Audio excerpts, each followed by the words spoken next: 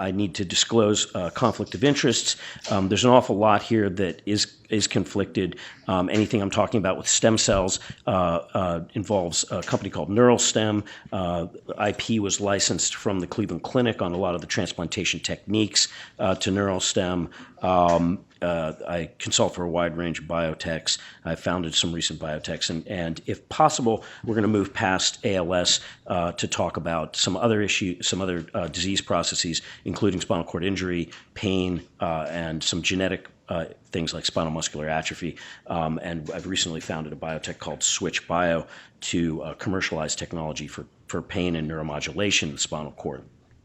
So I want to show this slide. I think to put things in context, on a broad scale, when we talk about innovation in the field, I've been ruminating on this recently, that there's a period where there's discovery of potential application, and people, as that discovery looks really good, enthusiasm rises, capital begins to flow into the field, and as that happens, things accelerate, and then you begin to try this technology out in animal models, and when it starts to work, enthusiasm gets even better, gets even higher, and at that point, venture funds come in, and suddenly we have funded biotechs which have about a 5-year horizon to translate, and they're desperately trying to get to a card flip that will improve the value of their equity so that they can keep moving forward. So that sets a clock that pushes us into clinical trials.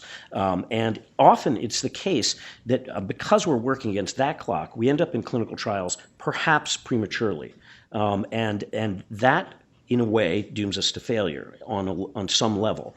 And when those early stage clinical trials fail, we see a drop in enthusiasm. Investment starts to dry up. And then what happens next is that we learn from the mistakes of the early clinical trials, we optimize, and then we're more prepared to do a feasible clinical trial going forward. And in addition to that, there's a progression in the foundational science that now enables later stage success. And then as we begin to see that success, enthusiasm rises again, and we come to therapies. Okay? So what I would submit to you is that right now, stem cell therapy in the spinal cord is here.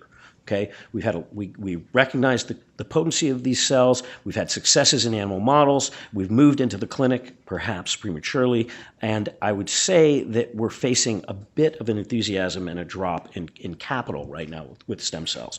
But don't despair. This is exactly what happened with gene therapy, and we're going to talk about gene therapy.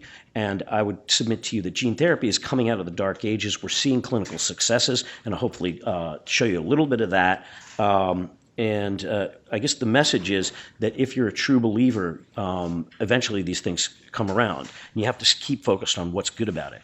The CRISPR technology that we've heard about for gene editing is right here. So stay tuned for that to go into clinical trials prematurely and have issues. So we'll keep moving as fast as possible. So when we talk about moving into the spinal cord to treat a variety of diseases at a molecular and cellular level, there's spinal cord injury. In that, we're dealing with a mechanism of trauma, and we're trying to treat predominantly white matter or axons.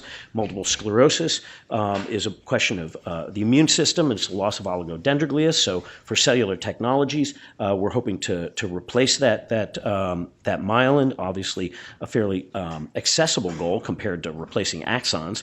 In motor neuron disease, it's a degenerative process. We'll talk about the mechanisms, but they're myriad. And what we're really trying to do is preserve lower motor neurons, but there's some thought that spinal astrocytes and perhaps oligodendroglias play a role as well. Spinal muscular atrophy is the motor neuron disease of kids. We know what gene causes it, so it has a genetic cause, but again, lower motor neurons are the target. Turns out that because of this understanding, we really are beginning to see success with gene therapy in spinal muscular atrophy. And then finally, pain's a functional problem, and the target here is either the dorsal horn or the DRG. So when we're talking about stem cells, for those of you in the audience who are not immersed in this, the public talks about stem cells. They act as if it's one single thing. But in fact, it is it is a complex matrix of referring to a lot of different subjects. One, in the adult, we have endogenous stem cells, both in the brain and the spinal cord. These can be leveraged for therapies by either harvesting them in some cases. In fact, some of that work was done at Cedars, harvesting the subventricular zone and trying to propagate those cells for retransplant, or developing drugs and therapeutics that will activate these endogenous stem cells in therapeutic cases. Fetal stem cells taken from the brain or the spinal cord. Much of the work from neural stem is based on spinal cord-derived fetal neuroprogenitors. The work being done at Cedars right now out of the Svensson lab is using a brain-derived set of fetal progenitors.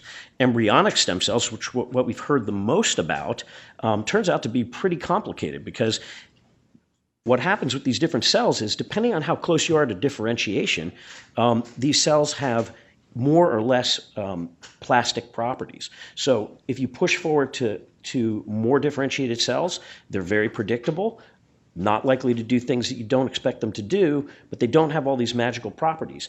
If you go all the way to the other end of the spectrum in embryonic stem cells, which are totipotent, they can become anything, they home to disease, they do all kinds of interesting things, but in some level they're fundamentally less predictable. And that's why when we talk about Geron going into the clinic with embryonic stem cells, their IND package was 20,000 pages long, because they had to convince the FDA that they had a handle on all this.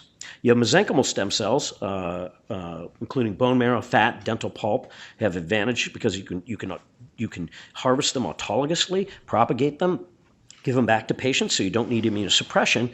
But that poses all kinds of other challenges. And in fact, the problem with these cells is generally they don't survive in the nervous system very long. They're excellent for reducing the immune response, but to look to them for organic genesis is a big stretch. iPSCs has come on the field recently, a subject of a Nobel Prize. We'll be talking about this. In this case, you can take skin tissue or fibroblasts and induce totipotency. Only problem there is you got to use gene therapy to differentiate these cells, and that's opening another can of worms. So when you say stem cells, it means a lot of things. I just talked about iPS cells here, and that's what we're seeing, the capacity to have totipotency and do it from your own fibroblasts, but it's complicated. I'll leave it at that. Now, there's another matrix. You choose any of these derivatives, and you have to ask yourself, are you transplanting in the actual stem cell, or are you going to differentiate them in vitro into the cell type that you want and then transplant those? So again, this is a complex matrix. Where are the cells derived, and how far are we going to differentiate them before we put them in? So let's talk about stem cell therapies and ALS and the mechanisms thereof. There are multiple mechanisms that have been postulated. Number one, glutamate excitotoxicity, which we believe is the result of impaired glutamate reuptake on the part of the astrocytes. So here we see a beginning of a focus on maybe the astrocytes are what's broken here. There's the idea of toxic factors, which may be coming from astrocytes. They may be coming from the immune system, or they may be in our environment. For example, there was a notable increase in the incidence of ALS in the veterans of Gulf War. And then there's this suspicion that perhaps athletes have an increased propensity for this due to exposure to potential fertilizer contaminants, ... Microglia are implicated, or neuroinflammatory processes. That's why it's called amyotrophic lateral sclerosis. And then genetics. And genetics are being increasingly implicated. In fact, while we were aware of the familial versions of this for a long time, and in particular mutations of the superoxide dismutase gene, it turns out that an increasing number of even the sporadic ALS cases are being recognized to be connected with genetic anomalies, such as the C9orf mutation. And in fact, the Ice Bucket Challenge, how many of you participated? That's it? It's pathetic. Anyway, so the Ice Bucket Challenge money has been used to identify a whole slew of new genes by doing whole genome sequencing on a huge population of ALS patients and normals, and we're beginning to discover all kinds of new mechanisms. So what about transplantation or direct spinal cord surgery? Why do we care? Well, you have to buy into the idea that you can do segmental therapy. Now, this is a disorder of upper and lower motor neurons, so it's affecting the whole nervous system. But as people are trained, at least in neurosurgery, we're accustomed to intervening in terminal disease in a way that prolongs quality of life and prolongs survival, as in our care of glioblastoma patients. So this is the cancer of neurodegenerative diseases. So if we can keep patients alive longer, then perhaps we've made a contribution. So the idea behind these trials is that we go to the site of the lower motor neurons which are dying that are the first cause of death, namely loss of diaphragmatic control, loss of control of the upper airway. If we can keep those cells alive longer, we can keep people off ventilators, keep them untrached, and then we can go from there. So if you buy into that idea, then it makes sense to potentially go directly into the spinal cord and treat it segmentally. This is an example of the animal that we use. This is an SOD1 rat. Also, there's also an SOD1 mouse that has the human gene knocked in transgenically, and it develops something that's almost indistinguishable from ALS, and it happens on a very predictable timeline. So it's easy to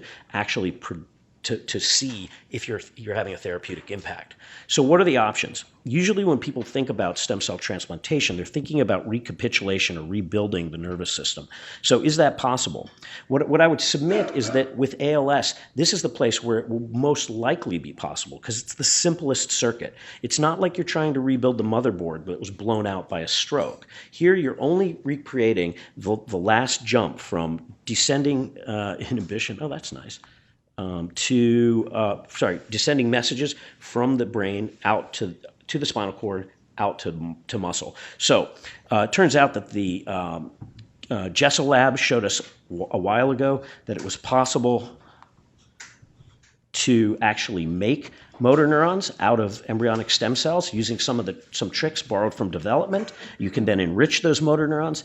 And if you go into an animal model where you derive these motor neurons from animals that carry the fluorescence gene, and then you transplant it into the spinal cord, you can show that those cells will extend axons out into the periphery and make neuromuscular junctions. That's what I'm trying to show you here. These are the fluorescent axons of the cells transplanted into the spinal cord, now recapitulating neuromuscular junctions.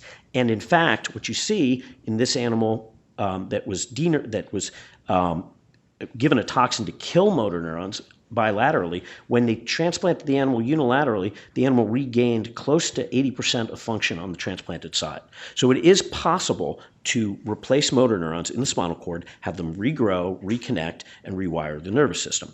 Is this practical for humans right now? Well, I would tell you, going back to that earlier curve, that this is a tall order because it turns out humans are much bigger than mice.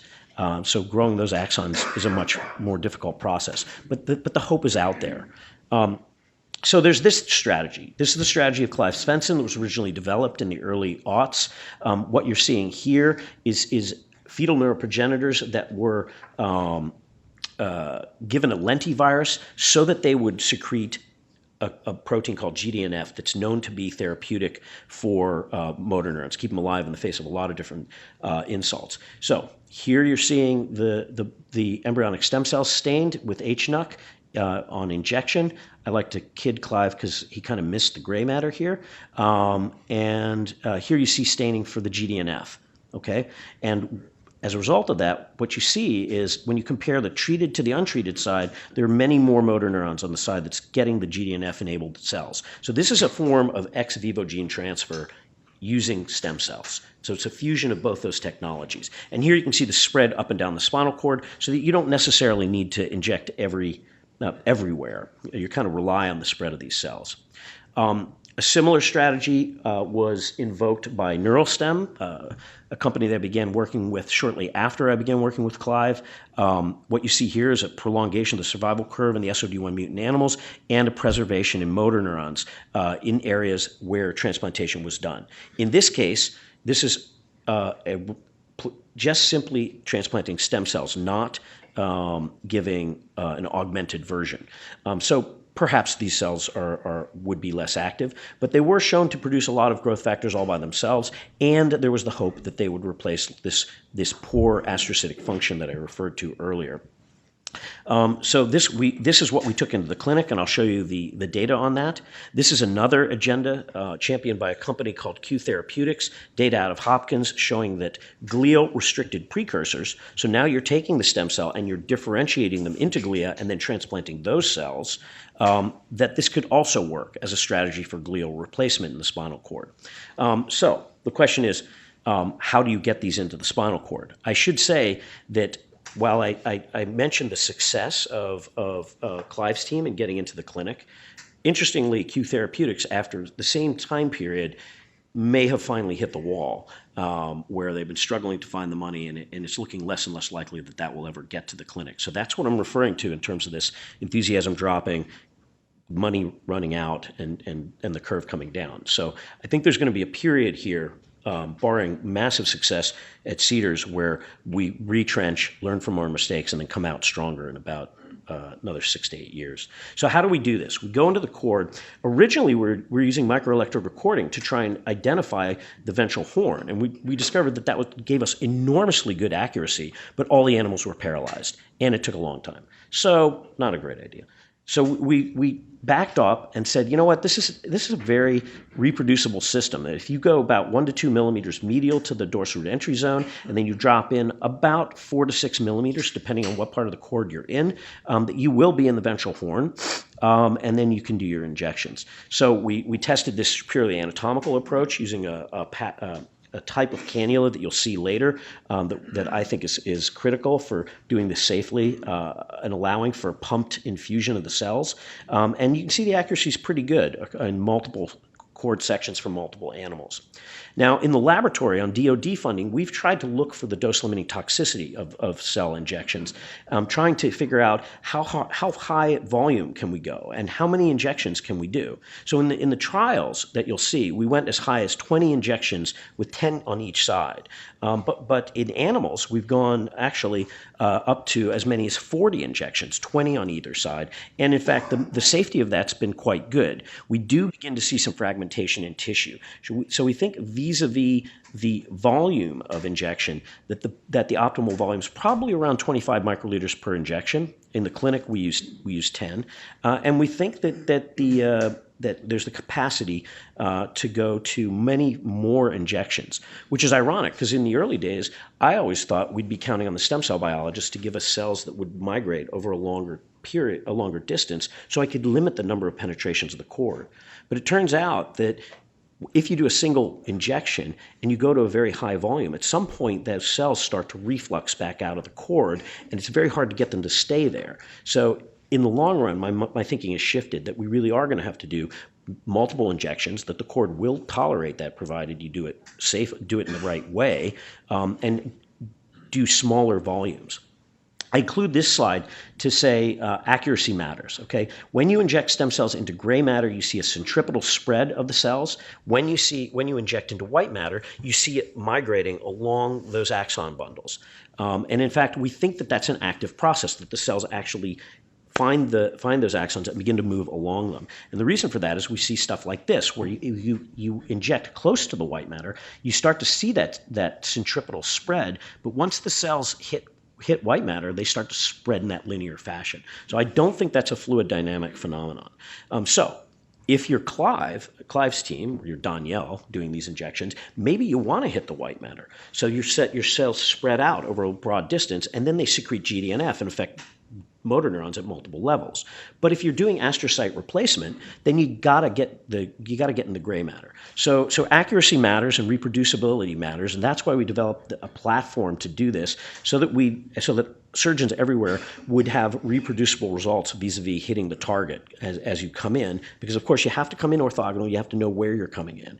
And more importantly, once you start injecting, you have to inject slowly using a pump, or all that material is just going to come right back out. So we developed this idea of a stabilized platform. Of course, this is the third version of that. We've gone on to a fourth version. And Danielle actually has developed his own somewhat inferior product, but it may be safe. We'll see. If we go back to this original idea, which was variably called the Boulis Derrick or the erector set. It is actually much more complex than it needs to be. So we're working past that. I also want to show you this concept, which is coming back to the theme of navigation for the meeting, that in fact, if you start out with a platform that's fixed to the spine, that you can actually do direct IMRI-guided injections of the spinal cord. So we're trying to solve the problem of the barrier of the lamina, but you can target through the interspinous ligament and go directly into spinal cord using an MRI. And we think this will be a great approach for spinal cord tumors and for MS plaques, for example, which are much easier to see on MRI and will allow us a minimally invasive approach. In addition, one of the problems we have is knowing that the cells get there. Whenever you get to that point of the nitty-gritty of clinical trials, you have to figure out important details on why some patients worked and why some patients didn't. So one question is, how do you know if the cells are still there after a year? And the answer is we don't. And if you talk to transplant surgeons, they spend most of their time thinking about when does rejection happen? And so we have to ask ourselves, how do we know if rejection of our stem cell transplants in the spinal cord is happening? Answer, we don't. Or how do we know that the payload actually got there? So we spent a lot of time, this is the IMRI version. What you're seeing here is injection of iron oxide nanoparticle labeled cells. We've taken this into the pig model. There you see the IMRI platform. You can see the cannula going in. Now you see injection of the cells in the spinal cord. The cells are now labeled with an MRI visible contrast, cannula removed. When the cells are still there, there's the pig walking afterwards, and we can stain for the iron afterwards as well. So at the time of postmortem in our ALS patients, we can go back and find out whether the cells are still there, where's the iron, and we can track our injections. So what about going into the clinic? So when we went into the clinic, we were obsessed with safety. In fact, when Clive and I were first talking about this, we were literally entertaining the idea of doing a single injection and trying to prove that you could get the cells in safely and that you wouldn't hurt anybody. Because after you would see the results in the animals, and I would get up and start talking about injecting the spinal cord, the neurologists in the audience would scream and go running out of the room. So the emphasis here was safety. So we started out in this cohort with patients who were already non-ambulatory, and we only did unilateral injections. And we found that this was tolerated. We went on to bilateral injections, and when that was tolerated, we went into ambulatory patients, starting with unilateral injections, then went bilateral. And it was at that point that the FDA re-examined our results and let us go into the cervical spinal cord. And then finally, we did this kind of staged lumbar and then cervical injection. So in fact, while most phase 1 trials are about dose escalation, in this case, we had to deal with another parameter, which is that the spinal cord is not just any environment, and that where you inject varies with the risk that you're dealing with. This kind of approach has been adopted in the CEDARS trial as well, where they're starting in the lumbar cord. It was after that we really began dose escalating in the cervical spinal cord. So you can see that we started out with a total of 10 injections, 5 and 5. Then we went to 10 and 10 for a total of 20 injections. Then we escalated the concentration of cells, and then we did lumbar and then cervical staged injections in the hopes of keeping patients breathing and walking. And in fact, and this is an example of the immunosuppression regimen that the patients were kept on. And then just to kind of walk you through the procedure a little bit, every patient gets an MRI. You measure your distance to target on the MRI. That predicts the kind of cannula that you're going to use. For lumbar, you position on a Jackson table. We do somatosensory evoked potentials and motor evoked potentials, which, by the way, was a little bit confusing, trying to figure out what a motor evoked potential would look like in an ALS patient who might not have motor neurons. It turns out it actually is a good way to predict what's happening, and we recommend it. This is the system originally being assembled. As you can see, it is a bit of an erector set, trying to establish where we are. And this was an innovation that we developed along the way called the floating cannula, which really works like a harpoon that goes in rigid, but then we slide back the outer sheath and it becomes flexible, and it moves with the spinal cord to allow for us to pump over time. Because it turns out that not only you have to be concerned about shearing in these platforms, but you also be worried about the cord moving against the cannula as you're pumping. So I'll show you an example of that. This is the system fully assembled. Here are the first 5 injections in the human spinal cord back in the early part of this. This is us moving into cervical injections. with a platform attached to the cervical spine. And I include this video to give you an idea of what this looks like. Here you see the spinal cord moving, the cannula going in rigid mode, somewhat medial to the dorsal root entry zone. You can look at the vascular pattern there and realize that it turns out we can identify exactly where we did our transplants. There's the sheath being pulled back. And then if you bump the patient, I didn't do that on purpose, that you can see that the system moves with the patient as it moves rather than shearing across the patient if it were a table-mounted system. That's part of the dogma that we preach. Then this is also to make the point that the spinal cord's moving as you're doing the pumping, and you can see the advantage to having a flexible system or a system that adapts to spinal cord movement. And you're seeing both cardioballistic as well as changes in spinal cord position based on ventilation. So again, one other point that I want to make using these pictures is that surface vasculature forms a signature that when you go back on postmortems, and we've basically recovered all of the spinal cords from all of these ALS patients, that you can see that same vascular pattern. So you know exactly where you did your transplants, and you can go in and look for the cell survival. And it turns out, if it's a female patient, you can do Y chromosome labeling, and you can look for the cells, or we do DNA fingerprinting. But we're grappling with this question: do the cells survive? How many survive? Where do they go? And these are all the nitty-gritty questions that, once we understand them, is going to predict future success. Okay, and it's given rise to this idea that it would be nice to have an indicator. So what about the outcomes? Well, we demonstrated that this could be done safely.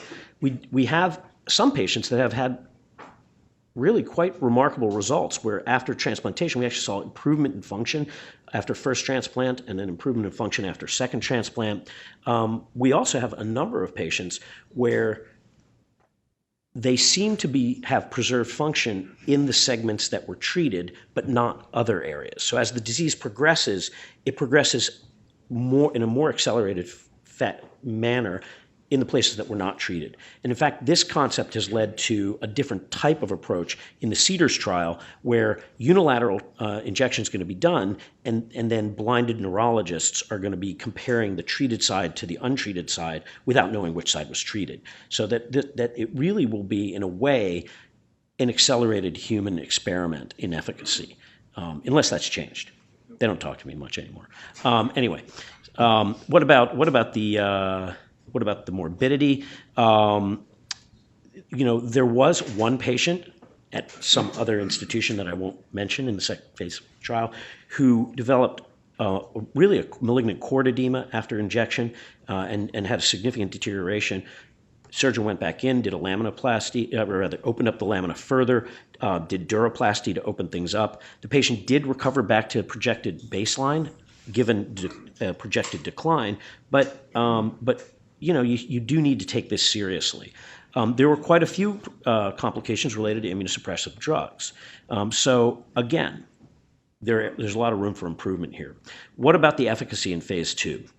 Well, these are the demographics. What I'm trying to show you here is that the demographics of the phase 2 and phase 1/2 together were fairly similar to these much larger trials for ceftriaxone and the PROACT trial. So what we've done is we've gone back and we've tried to look at how our patients did in reference to essentially a control group of ALS patients from a much larger trials, and ask, did the patients do better, or did they do worse than one would be expected based on those trials? So if we compare to the ceftriaxone trial, our patients did about the same as the controls in that group.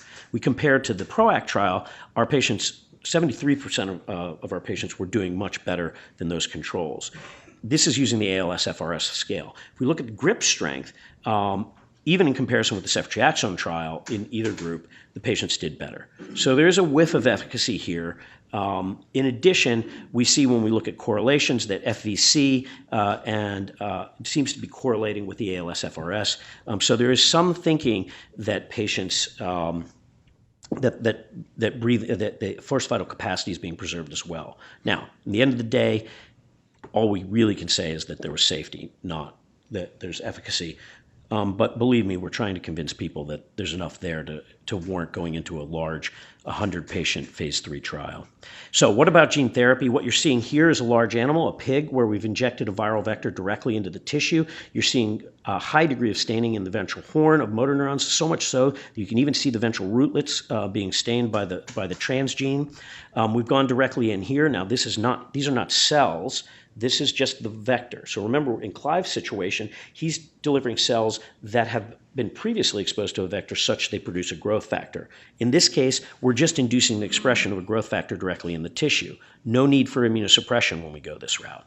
What we see in this case is that we see motor neuron protection in the situation where the growth factor is being expressed locally in comparison with two control groups. And if you look at function in that treated side, in that treated limb, in unilateral cervical injection, motor function is completely preserved out to the time of death in comparison with all the other groups. It turns out that this finding with the exact same vector was replicated at Johns Hopkins using a different animal model and injecting in the lumbar cord versus the cervical cord. These days, the FDA and the NIH like to see that you can reproduce your results in two models. So the direct injection of vectors to induce IGF-1 secretion seems to have potential. We've also gone back to look at repurposing this viral vector that was developed for treatment of Parkinson's disease. It's AAV2 for the treatment, for the delivery of a growth factor called nurturin. Happens to be the sister compound of GDNF that's going forward in the CEDARS trial. And again, here you're seeing preservation of function and survival and robust preservation of motor neuron numbers in these animals. So this is something we've just in the past couple days gotten approval from the company who owns the IP to move forward to the clinic, and we hope to be in the clinic in about 2 years because we can cross-reference all the safety data from the Parkinson's patients. And we'll be utilizing the same techniques that we're using for stem cells. What about spinal muscular atrophy, pediatric disease? So we remember I said we know the gene in this case. Turns out that we've developed a new technique with the viral vectors, which is that using advanced generation vectors infused into cerebrospinal fluid, that we can actually get transduction of motor neurons all throughout the spinal cord. Upwards of 95% of the motor neurons can be transduced in this way. So by replacing the SMN gene that's missing, what we've been able to do, in this case, the animal model for SMA never survived longer than 20 days, okay?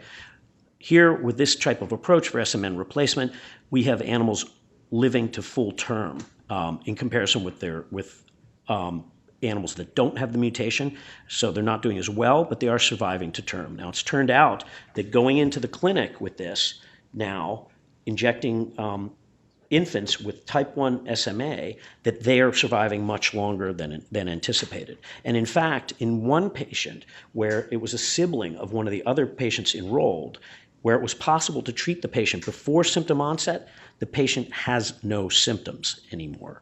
So this is the part where you throw flowers on the stage and various other things, because this is what I'm talking about, coming out the other side and actually seeing a realization of success in a very manifest way. I mean, this was a 100% fatal disease that we may have figured out a way to cure. So what about pain? It's the last thing I'll say. This is the stuff that we're trying to commercialize through Switch. So the idea is, if you can go in and deliver a gene, now not to produce a growth factor to save neurons that are dying, but rather to induce the expression of a mutant receptor, okay? And they come in two varieties. They're DREADs, which are G protein coupled receptors, or ligand-gated channels, which have an integrated ion channel in the receptor. And we take them and we mutate them so they no longer respond to their parent ligand or neurotransmitter. In this case, a glycine neurotransmitter. We change it, we mutate the receptor so now it responds to a proprietary pill that you can take or something that's already FDA approved, okay? Now when we go in, and I'll show you an example of that. Here are the kinetics. This is the parent glycine channel where you see a response to glycine at 10 micromolar and a response to this FDA-approved drug Ivermectin at 10,000 micromolar. Once it's mutated, now Ivermectin, it's predominantly sensitive to Ivermectin. In fact, it's 100 times more sensitive to Ivermectin than glycine. So when you give the animal and or patient Ivermectin, it turns on this channel, and the channel is otherwise quiescent, okay? It opens up a channel that inhibits the neuron. So if you couldn't go in and deliver that gene to either DRG neurons or dorsal horn neurons, then you have the capacity to turn on and off pain, okay? So is it feasible to go into the dorsal horn? Well, there's this little operation that I perform on patients with avulsion pain where we go in and we burn the dorsal horn, and in fact, we have to do that injection repeatedly, okay? But it turns out if you go in and you miss with that and you burn the white matter on either side of the dorsal horn, you either paralyze the patient, make them impotent, or make them lose proprioception, and they don't like any of that, particularly since they're already missing one arm. Now, in this case, you go in with a viral vector. It doesn't bind or transduce white matter. It only does the dorsal horn. So it's much safer, okay? And that gene that we're inducing the expression of doesn't do anything until you take our pill. At that point, it shuts off the activity of those cells and shuts off the pain. Turns out you can also get this to DRG cells. Imagine, as spine surgeons, you have a patient with persistent radiculopathy with a nerve root that's trapped in scar. You're going back to do that redo, and you're doing a fusion at that point, but you're looking at the DRG while you're doing it. How about inject a little bit of this stuff, right? It won't do anything to the DRG, but when the patient takes a pill, it will shut off that DRG as necessary. And what's really cool is that we can put this under the control of a pain neuron specific promoter. So we know that pain neurons express TRPV1 protein, okay? So if we take the TRPV1 promoter and we attach it to our receptor, now this protein is only expressed in pain neurons. So when your patient takes the pill, there's no paresthesias. All that happens is it shuts off the pain neurons in that one DRG. And remember, we can get to that DRG through CSF injections as well as direct injections. So we're hoping this will not only be a modality for dealing with pain, and by the way, this works in animal models of both postherpetic neuralgia and neuropathic injury, but it will also be a way to control things like tremor. Because the predominant modality for dealing with this right now is spinal cord stimulation. So if your patient has persistent radiculopathy, send them to me, I put a spinal cord stimulator in them. Ask any patient, would you rather have something that has a battery that needs to be replaced and a wire in your body, or something where you can just take a pill whenever you want and it only shuts off the pain and only in the area where you're having a problem? So this is also another brave new world. Unfortunately, I'm not going to be able to talk to you about spinal cord injury. Happy to talk to you outside, or you can ride around on scooters and get spinal cord injuries, but I'll open it up to questions at this point.